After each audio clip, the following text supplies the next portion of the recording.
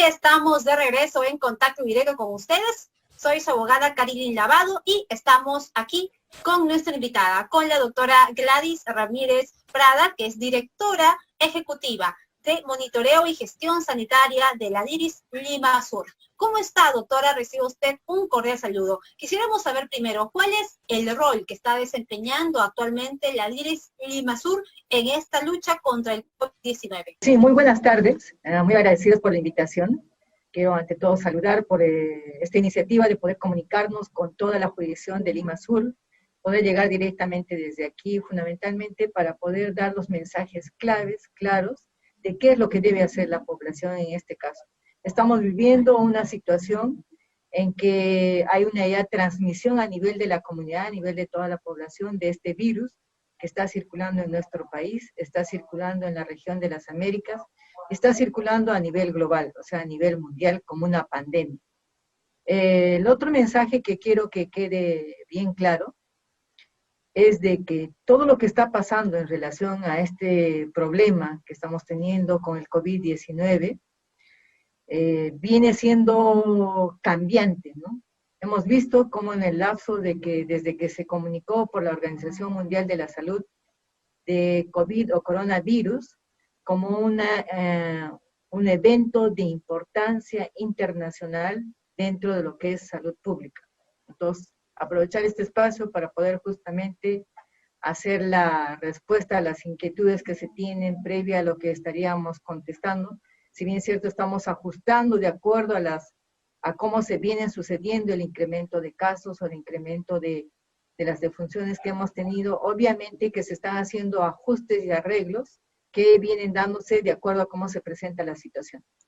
Sí, doctora, muy bien, justamente hay muchas dudas que en este caso tienen nuestros televidentes, todas las personas que nos siguen en las redes sociales. Y claro está que las informaciones que siempre puedan circular en las redes sociales tienen que tener un sustento de un informe o una versión oficial, ¿cierto?, del Estado. Entonces, todo ciudadano debería guiarse por las versiones oficiales que da el Estado a través de sus respectivas autoridades que están competentes para poder transmitir mensajes serios.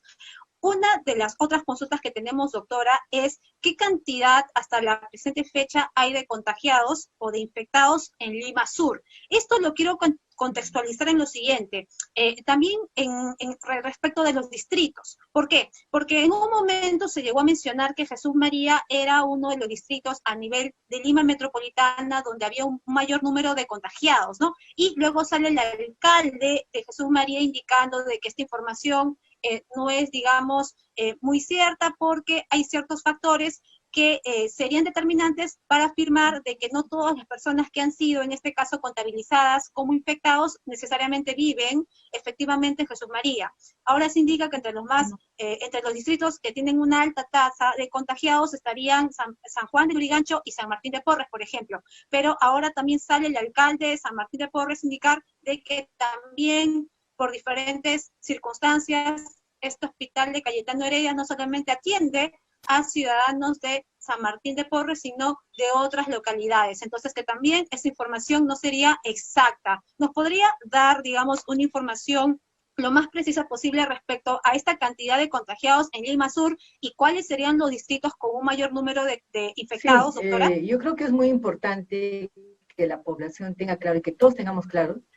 Cuando hablamos de Lima, no estamos hablando de Lima Sur, de Lima Este, de Lima Norte, de Lima Centro. Estamos hablando de Lima Metropolitana, porque como bien dicen, pacientes que se atienden, que viven de pronto en nuestra jurisdicción de Lima Sur, en cualquiera de nuestros distritos, se atienden también en hospitales o que están siendo de pronto hospitalizados en otros distritos de Lima Metropolitana.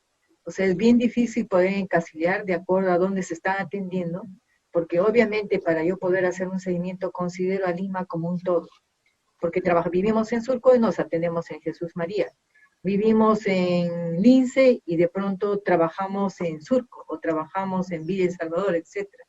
Entonces eso hay que tenerlo claro para el momento que se tengan que manejar los datos, porque esos datos si no los manejamos, si no seguimos la información oficial que hay en la sala situacional de COVID-19, que está a disponibilidad de toda la población, obviamente podrían haber algunos cambios.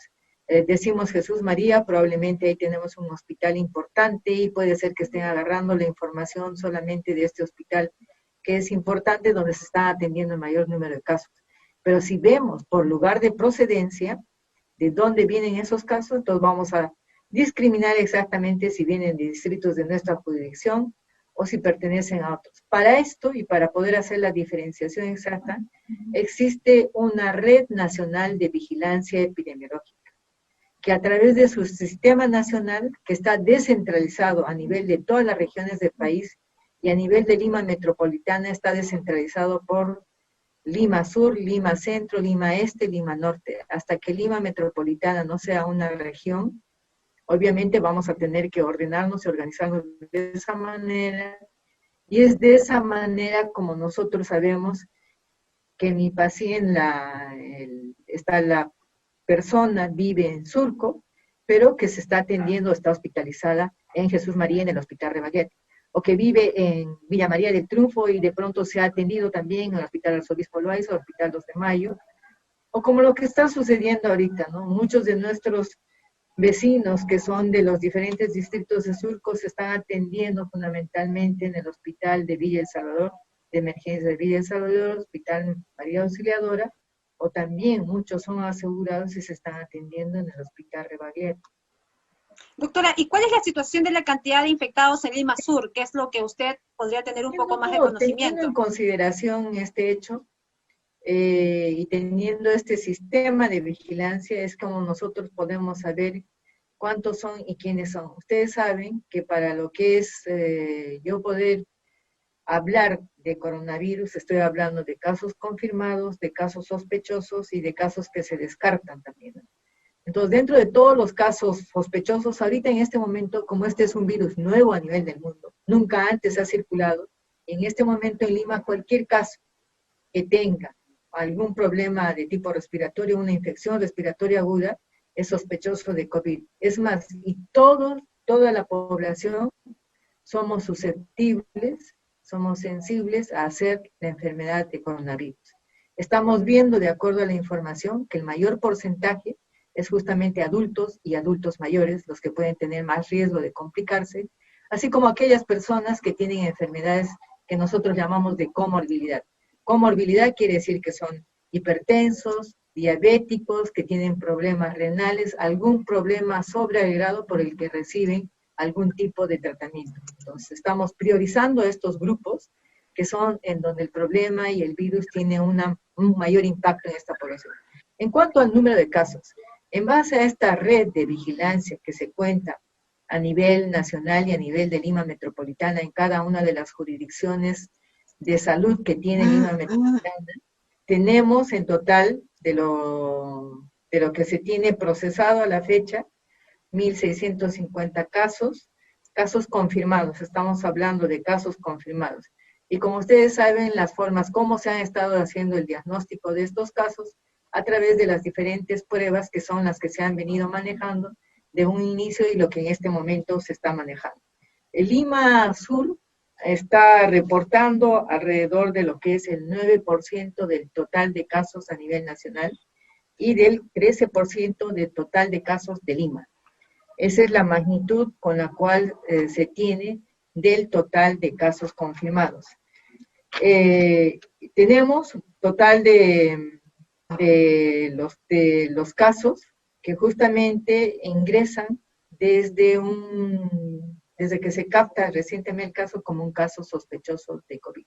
Estamos hablando ahora, estamos siendo más acuciosos en el diagnóstico, sabemos que hay algunas pruebas de laboratorio que se han implementado, pero lo fundamental y lo que tiene que ver y que tiene que saber la población, si yo tengo algún problema de tipo respiratorio, inmediatamente, mientras se muestre lo contrario, me considero como un caso sospechoso de COVID. Y de en ese sentido, doctora, en ese sentido, ¿qué consideraciones deben de tener las personas al momento de llamar a las líneas, por ejemplo, como el 113 o a la central de Lima Sur?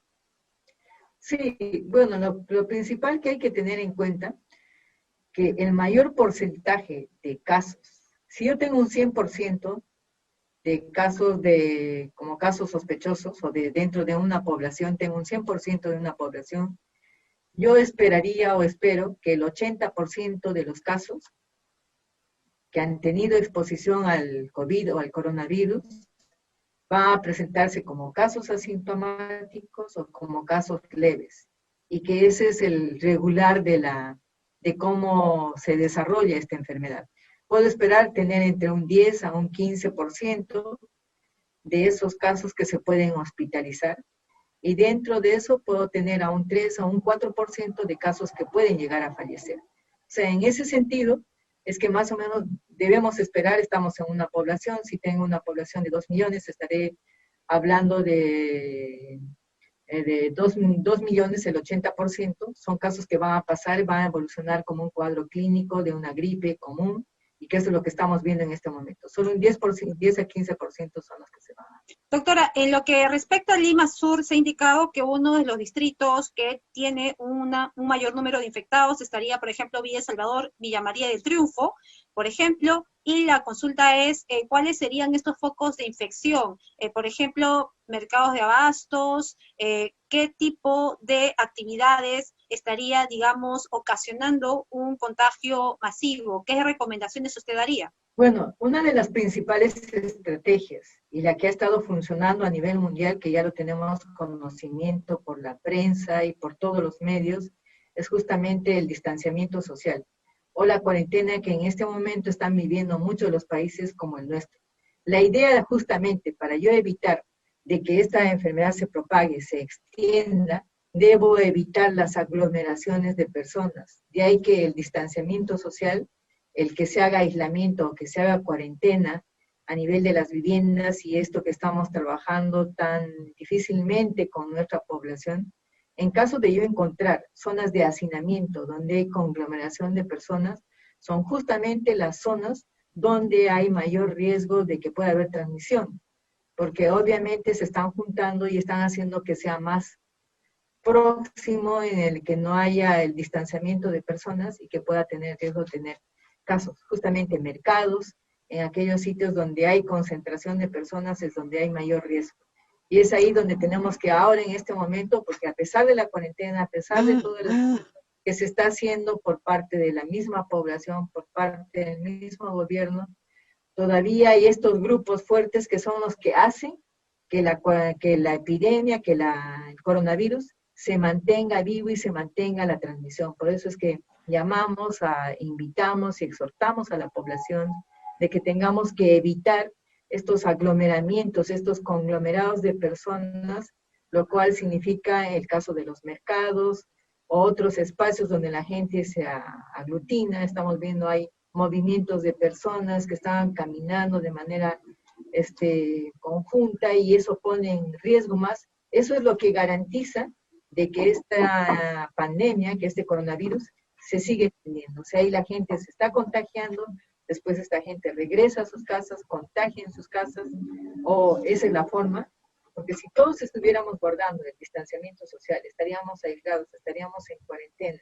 En caso determino de que hay un caso que está con los síntomas, inmediatamente me aíslo, y a todos los que están, quiere decir a todos los que están en mi alrededor, ya sea de mi familia, ya sea de mi centro laboral, o quienes pudieran estar en contacto, inmediatamente entran también en cuarentena.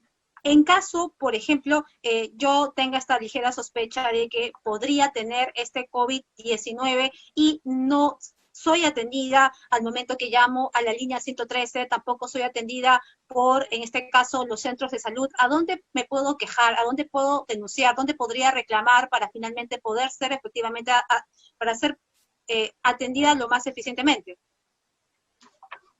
Miren, tenemos la línea 113, además tenemos las líneas o los call centers que se han creado a nivel de las diferentes direcciones de redes integradas de salud. Dentro de esto, o sea, la línea 113 es la que directamente recibe la información, pero también tenemos líneas call center descentralizados a nivel de cada una de las DIRES.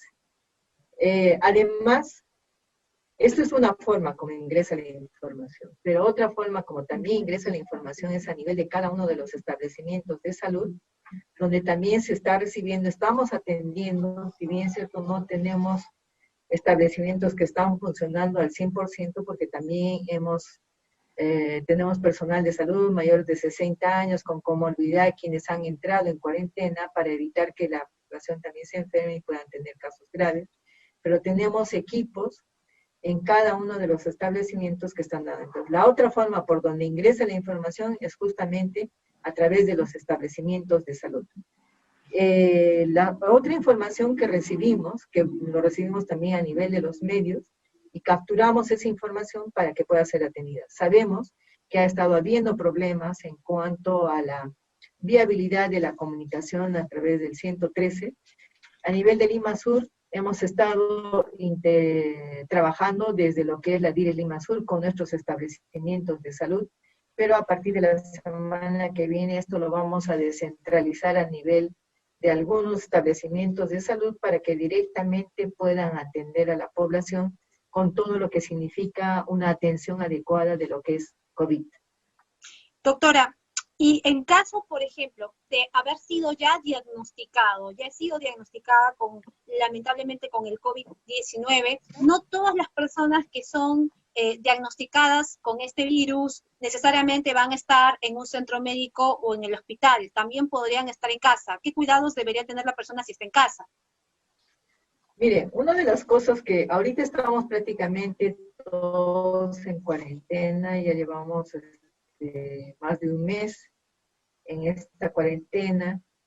Dentro de las indicaciones es que justamente el aislamiento, la cuarentena. Quiero hacer énfasis porque estoy hablando de aislamiento y cuarentena un poco para que la población también tenga conocimiento. Hablamos de aislamiento en términos técnicos, diríamos, cuando yo me distancio, soy un caso que tengo síntomas y me distancio.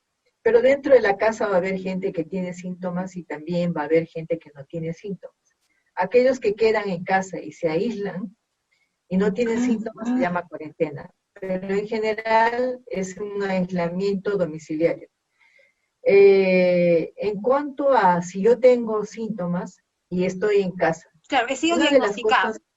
He sido diagnosticada. Ahora estamos viendo que en coronavirus, y esto es nuevo, hay casos que tienen síntomas, pero también hay casos que son asintomáticos y Exacto. que pueden estar transmitiendo. Eso hace un poco más complejo el problema de poder entrar en la prevención. De ahí que si yo tengo síntomas de coronavirus, tengo tos, tengo fiebre, tengo malestar general, estamos viendo que incluso el síntoma fiebre no es el más importante, está también presente, entonces hablamos todos los síntomas que uno puede tener como cuando tiene un resfrío. Entonces el paciente o el caso inmediatamente se aísla en casa. ¿Qué quiere decir aislarse en casa? Dentro de la vivienda, esta persona tiene que estar en una habitación, en lo posible, que sea bien ventilada. El paciente tiene que estar usando su mascarilla y encomendar a una persona de la casa, alguien que sea menor de 60 años y que no tenga comorbilidad, para que haga la atención a esta persona, le lleve los alimentos y lo que sea necesario y que no tenga contacto con la... Si uno cumple eficientemente y estrictamente esto, va a evitar de que toda la familia se contagie. ¿Y qué consideraciones debe de tener, doctora, la persona que cuida a una persona que ha sido diagnosticada con COVID-19? Lo que mencionaba, la persona que cuida a una persona que tiene COVID-19 debe ser una persona menor de 60 años, debe ser una persona que además use su mascarilla, no tenga ninguna comorbilidad o una enfermedad de riesgo. Y con la mascarilla, al igual que el paciente que está aislado con su mascarilla, debe ser el aislamiento que deben tener entre una y otra persona. El otro tema que hay que tener en cuenta en las viviendas es justamente identificar a aquellos que tengan comorbilidad, que son los de mayor riesgo, que hay que tener cuidado, hay que identificar a aquellos que son adultos mayores también, que son el otro grupo que es bastante vulnerable, pacientes con comorbilidades que también hemos visto de manera importante, además de diabetes, de hipertensión, de problemas renales, etcétera, es el tema de obesidad. Y población vulnerable, que también son en este caso las gestantes. Entonces, doctora, sí. Sí, por favor. El otro tema es el hecho que el paciente que está en aislamiento debe de beber abundante líquido, como agua, caldos, bebidas deportivas, bebidas que tengan electrolitos, para evitar la deshidratación de este paciente. El mantenerse permanentemente con la mascarilla, lavarse, y esto es fundamental, ¿no? Como medidas tan sencillas que a veces uno dice, menosprecia al lavado de manos, es tan fundamental, no solamente en enfermedades como coronavirus, y más en este problema de coronavirus, porque es a través de las manos que si nosotros no utilizamos adecuadamente la higiene sanitaria o no usamos mascarilla, o si al usar directamente tomamos la mano, entonces el lavado de manos que nos va a evitar de que tengamos problemas respiratorios también nos evita otro tipo de enfermedades de tipo alimentario, como son el caso de las diarreas. Sabemos que el coronavirus puede permanecer en las superficies inertes, en escritorios, en la chapa, en llaves, en el piso, etcétera. Entonces, la idea es de que si yo estoy en contacto con alguna superficie de estas, en el bus, etcétera, debo inmediatamente lavarme las manos. El lavado de manos 20 segundos, o sea, no es un lavado de me lavo la mano con jabón o sin jabón, es el lavado de manos con jabón en un tiempo mínimo de 20 segundos. 20 segundos implica cantar la versión corta de cumpleaños felices, para más o menos tener una idea, y hacer el lavado de manera correspondiente. Doctora, para finalizar, una de las opiniones que tienen aquí nuestros televidentes y que debo de realizarles la siguiente. Hoy en día todos estamos comprometidos en la lucha contra el COVID-19, pero también paralelamente surgen denuncias por falta de atención médica, falta de materiales médicos, personas que fallecen por coronavirus, habiendo sido primero informadas de que no tenían diagnosticado esta enfermedad, personal sanitario que reclama una remuneración más justa. ¿Esto se da de forma general por falta de presupuesto? ¿Hay dinero o no para estas cosas? ¿O es una mala gestión, falta de coordinación entre las autoridades o falta de técnicos en la toma de decisiones? Miren, algo que debe quedar bien claro, si bien es cierto, hemos estado inicialmente trabajando con lo que son las pruebas diagnósticas para el caso de la confirmación o saber si un caso es positivo o no, no necesariamente, y esto lo hemos hecho con bastante énfasis al inicio de la enfermedad, cuando todavía recién empezábamos, con los casos importados que habían venido de fuera, y así es como inició la epidemia en algunos distritos, justamente de Lima Sur, ¿no? Que es donde empieza este problema de coronavirus a nivel de nuestra región. Lo que creo que debe de quedar claro es, si yo tengo coronavirus, tengo síntomas de COVID, debo inmediatamente aislar. Si por A o B estoy yendo a trabajar y tengo molestias y tengo sintomatología, me quedo en casa, me aíslo por 14 días y después de ese tiempo se hace una evaluación y voy a saber si ya estoy en cuarentena, porque puede ser, hay algunos que hemos tenido casos asintomáticos, les decimos que entran en cuarentena o en aislamiento y después al día 12 o 13 de pronto empiezan a tener síntomas. Entonces ahí tenemos que ampliar la cuarentena hasta que esté totalmente libre de cualquier signo o síntoma para poder darle lo que conocemos como el alta epidemiológica. Entonces, lo más importante, se está haciendo en este momento pruebas rápidas para poder hacer, no son pruebas rápidas para diagnóstico, sino para que me ayude a determinar puntos o centros o familias o conglomerados donde está circulando el virus. Inmediatamente yo tengo una muestra de que ahí hay positivos, lo primero que tengo que hacer es aislar o poner a la gente en cuarentena para evitar que esta población se siga diseminando. No esperemos. Hemos visto que muchas veces hay una falsa percepción de que si no tengo la prueba rápida, espero hasta que llegue y me complico y no estoy yendo. Si tengo problemas de dificultad respiratoria, inmediatamente tengo que acudir a un centro hospitalario. Pero para evitar llegar a eso, justamente tengo que hacer todas las medidas que se están recomendando, guardar mi aislamiento, estar en cuarentena, no exponerme, no estar saliendo. Lo ideal es de que la gente se mantenga en casa, se mantenga con todas las recomendaciones que tan fuertemente por todos los medios se están dando, de lavado de manos, del uso de mascarilla, de guardar distancia, de no juntarse con las personas que están enfermas o que tienen síntomas, que son también las que más fuertemente Ok, están doctora. transmitiendo Ok, a las personas. No esperemos a una prueba rápida, inmediatamente si tengo síntomas, si tengo dificultad respiratoria, acudir a un establecimiento de salud. Si estoy enfermo, me aíslo, tomo mis medidas y solamente de esta forma, de todos de manera conjunta, evitar las aglomeraciones, evitar eso de grupos que masivamente de pronto empiezan a estar moviéndose, que es justamente los que van a ir llevando la enfermedad de un sitio a otro sitio. ok, doctora, gracias por su participación. Esperamos tenerla en otra oportunidad. Muchas gracias también a ustedes. Creo que con el apoyo de todos y cada uno de nosotros, cumpliendo las recomendaciones que se vienen dando desde la más alta autoridad del gobierno, y que obviamente es la responsabilidad ciudadana de cumplir con todas estas recomendaciones que se están dando a fin de evitar que tengamos más casos de coronavirus y más fallecimientos que se están dando también a propósito de esta enfermedad. Esta es una tarea de todos y debemos participar en ella. Gracias a la doctora Gladys Ramírez Prada, directora ejecutiva de Monitoreo y Gestión Sanitaria de la DIRIS Lima Sur.